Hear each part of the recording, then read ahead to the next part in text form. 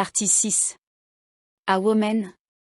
Tout d'abord, dit Poirot, j'aimerais quelques mots avec le jeune monsieur McQueen. Il pourrait nous fournir des informations précieuses. Certainement, dit monsieur Bouc. Il se tourna vers le chef de train. Faites venir monsieur McQueen ici. Le chef de train quitta le wagon. Le contrôleur revint avec un tas de passeports et de billets. Monsieur Bouc les lui prit. Merci, Michel. Il serait préférable maintenant, je pense, que vous retourniez à votre poste. Nous prendrons votre témoignage formellement plus tard. Très bien, monsieur, dit Michel, et à son tour quitta le wagon. Après avoir vu jeune McQueen, dit Poirot, peut-être que le docteur viendra avec moi au wagon du mort. Certainement. Après avoir terminé là-bas. Mais à ce moment-là, le chef de train revint avec Hector McQueen. Monsieur Bouc se leva. Nous sommes un peu à l'étroit ici, dit-il agréablement. Prenez ma place, monsieur McQueen. Monsieur Poirot s'assiera en face de vous, comme ça.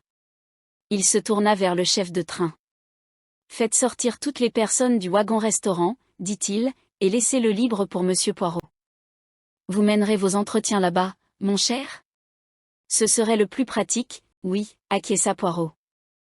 McQueen était resté là, regardant de l'un à l'autre, ne suivant pas tout à fait le flot rapide de français. Qu'est-ce qu'il y a ? Commença-t-il laborieusement. Pourquoi ? D'un geste vigoureux, Poirot lui fit signe de prendre place dans le coin. Il prit place et commença de nouveau. Pourquoi ? Puis se reprenant et retombant dans sa propre langue, que se passe-t-il dans le train ? Est-ce qu'il y a quelque chose qui s'est passé ? Il regarda d'un homme à l'autre. Poirot hocha la tête. Exactement. Quelque chose s'est passé. Préparez-vous à un choc. Votre employeur, monsieur Ratchet, est mort. La bouche de McQueen se pinça en un sifflement. À part le fait que ses yeux s'illuminèrent un peu, il ne montra aucun signe de choc ou de détresse. Ils l'ont tué après tout, dit-il. Que voulez-vous dire exactement par cette phrase, monsieur McQueen ? McQueen hésita. Vous supposez, dit Poirot, que monsieur Ratchet a été assassiné ? N'était-il pas ? Cette fois, McQueen montra de la surprise. Eh bien, oui, dit-il lentement. C'est exactement ce que je pensais. Voulez-vous dire qu'il est simplement mort dans son sommeil ? Pourquoi ? Le vieux était aussi coriace. Il s'arrêta, cherchant une comparaison. Non, non, dit Poirot. Votre supposition était tout à fait correcte. Monsieur Ratchet a été assassiné. Poignardé. Mais j'aimerais savoir pourquoi vous étiez si sûr que c'était un meurtre, et non pas simplement, la mort. McQueen hésita. Je dois éclaircir cela, dit-il. Qui êtes-vous exactement ? Et où intervenez-vous ? Je représente la Compagnie internationale des wagons-lits. Poirot marqua une pause, puis ajouta, je suis détective. Je m'appelle Hercule Poirot. S'il s'attendait à un effet, il n'en obtint pas. McQueen dit simplement, oh. Oui, et attendit qu'il continue. Vous connaissez peut-être le nom ? Eh bien, il me semble un peu familier. Mais j'ai toujours pensé que c'était un couturier pour femmes. Hercule Poirot le regarda avec dégoût. C'est incroyable, dit-il. Qu'est-ce qui est incroyable ? Rien. Avançons avec la question en main. Je veux que vous me disiez, monsieur McQueen, tout ce que vous savez sur le mort. Vous n'étiez pas de sa famille ? Non. J'étais son secrétaire. Depuis combien de temps occupiez-vous ce poste ? Un peu plus d'1 an. Donnez-moi toutes les informations que vous pouvez. Eh bien, j'ai rencontré monsieur Ratchet il y a un peu plus d'1 an lorsque j'étais en Perse. Poirot l'interrompit. Que faisiez-vous là-bas ? Je venais de New York pour examiner une concession pétrolière. Je ne suppose pas que vous vouliez entendre parler de tout cela. Mes amis et moi avions été plutôt mal lotis à ce sujet. Monsieur Ratchet était dans le même hôtel. Il venait d'avoir une dispute avec son secrétaire. Il m'a proposé le poste et je l'ai accepté. J'étais un peu perdu et content de trouver un emploi bien rémunéré déjà prêt, pour ainsi dire. Et depuis lors ? Nous avons voyagé. Monsieur Ratchet voulait voir le monde. Il était entravé par le fait de ne parler aucune langue. J'ai agi davantage comme un courrier que comme un secrétaire. C'était une vie agréable. Maintenant, dites-moi autant que vous pouvez sur votre employeur. Le jeune homme haussa les épaules. Une expression perplexe passa sur son visage. Ce n'est pas si simple, dit-il. Quel était son nom complet? Samuel Edward Ratchet. Était-il citoyen américain? Oui. De quelle partie de l'Amérique venait-il? Je ne sais pas. Eh bien, dites-moi ce que vous savez. La vérité, monsieur Poirot, c'est que je ne sais rien du tout. Monsieur Ratchet ne parlait jamais de lui-même ni de sa vie en Amérique. Pourquoi pensez-vous que c'était le cas? Je ne sais pas. J'imaginais qu'il pourrait avoir honte de ses débuts. Certains hommes en ont. Est-ce que cela vous semble être une explication satisfaisante? Franchement, non. A-t-il des proches? Il n'en a jamais mentionné. Poirot insista. Vous devez avoir formé une certaine théorie, monsieur McQueen. Eh bien, oui, je l'ai fait. Pour commencer, je ne crois pas que Ratchet était son vrai nom. Je pense qu'il a quitté définitivement l'Amérique pour échapper à quelqu'un ou quelque chose. Je pense qu'il a réussi jusqu'à il y a quelques semaines. Et ensuite? Il a commencé à recevoir des lettres de menaces. Les avez-vous vues? Oui. C'était mon affaire de m'occuper de sa correspondance. La première lettre est arrivée il y a 15 jours. Ces lettres ont-elles été détruites? Non, je pense en avoir encore quelques-unes dans mes dossiers. Je sais que Ratchet en a déchiré une dans une rage. Voulez-vous que je les récupère pour vous? Si vous le voulez bien. McQueen quitta le compartiment. Il revint quelques minutes plus tard et déposa 2 feuilles de papier plutôt sales devant Poirot. La première lettre disait: Pensais-tu nous doubler et t'en sortir? Pas question. Nous allons te récupérer, Ratchet, et nous le ferons. Il n'y avait pas de signature. Sans commentaire, sinon des sourcils levés, Poirot prit la deuxième lettre. Nous allons te faire une promenade, Ratchet. Bientôt.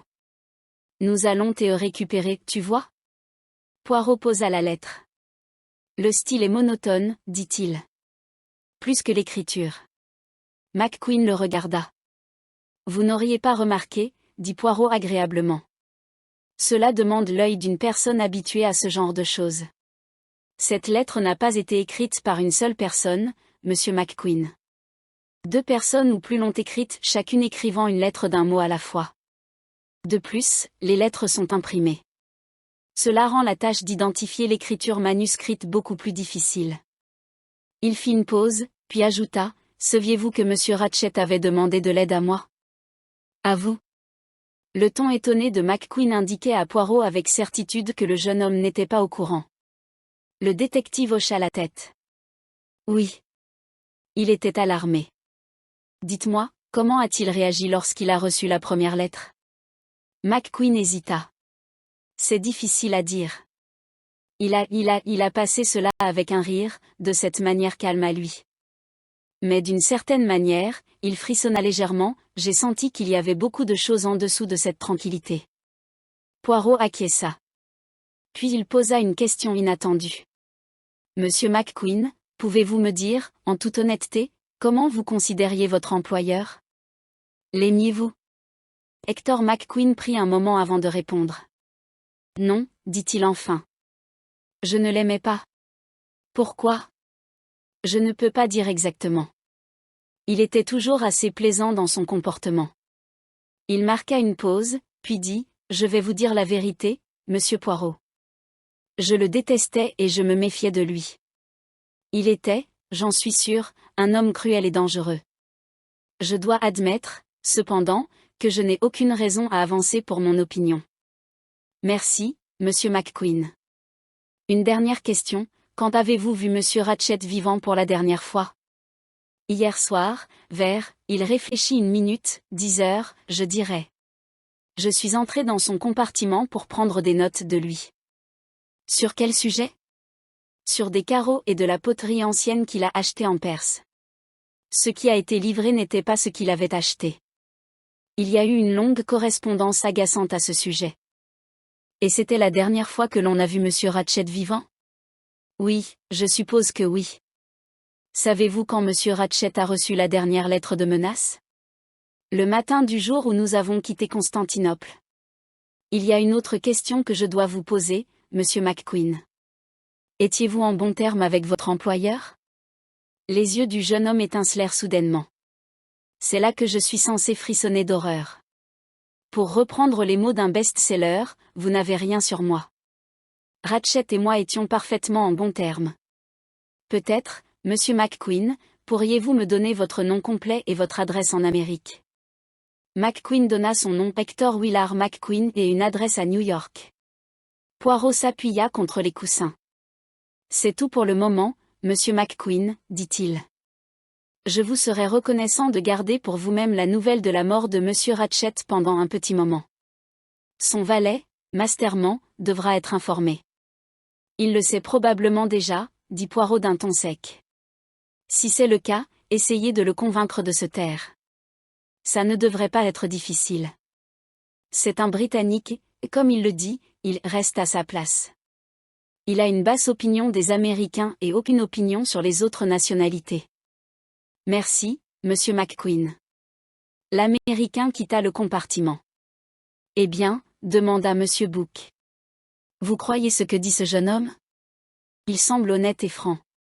Il n'a pas prétendu éprouver une affection pour son employeur, comme il l'aurait probablement fait s'il avait été impliqué de quelque manière que ce soit.